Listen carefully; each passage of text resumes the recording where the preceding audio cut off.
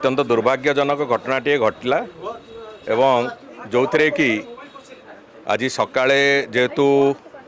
पहड़ जितेबाला खोलिला महाप्रभुंकर काली राति पहड़ पड़ा पर्यंत नीतिकांति ठीक समय थिला कहीं अधिकांश समय रे महाप्रभुंकर नीतिकांति डेरी हवा कारण राति महाप्रभु अनिद्रा होती काली किंतु 12टा सुधा समस्त नीतिकांति सारिकी पहड़ भी पड़ा एवं सकाळे पहड़ खोला हला बेलू दर्शन करने को भक्त मानक भितरे जो थिला उत्कंठा से दृष्टि अनेक लोक सेठी तले पारिकी बसी थिले एवं पछपटू जेतेबेले भक्त माने माड़ी आसिले पछपटू दर्शन करने पाखरु टिके सेतेबेले सेमानकु झुंटीचंती सेमाने सेठी पड़ीचंती पड़िबा परे से भलिया भाबरे टिके असुविधा होईची जो जहा फल कि दुर्भाग्यजनक भाबरे 3 जनकर से देहांत होईची बाकी आउ जो माने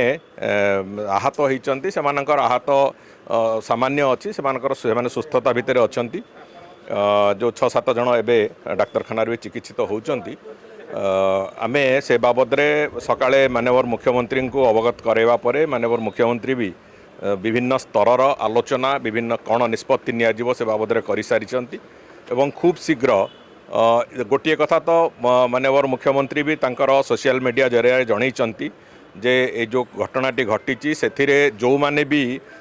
दोषी बोली जना पड़िबो किंबा प्राइमा फेसी जहाँ आसीबो से जो माने अवहेला करिसंती बोली जना पड़िबो तांको भितरे कठोर रु कठोर कार्यानुष्ठान नियाजिबो एकता माननीय मुख्यमंत्री जनई सारिचंती एवं खूब कम समय भितरे परवर्ती पदक्षेप कौन हम सरकारंकर से बाबद भी माननीय मुख्यमंत्री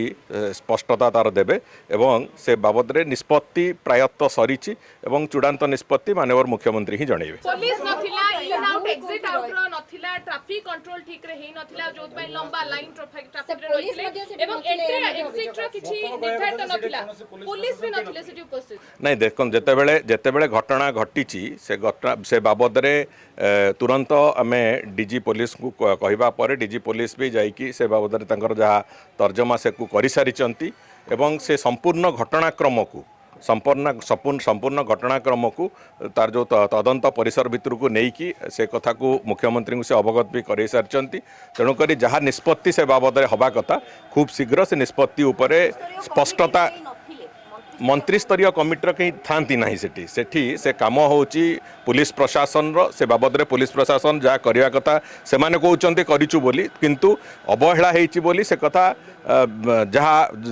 जेहेतु घटनाटी घटिला तार अर्थ होची कोनस ना कोनस जगह अवहेला हेची जहाँ फल माननीय मुख्यमंत्री भी आज जगन्नाथ प्रेमी मानक मनरे जो कष्ट होइतिबो ताकू नेकी क्षमा प्रार्थना करचंती सरकार तरफ निजे माननीय मुख्यमंत्री क्षमा प्रार्थना करचंती आमे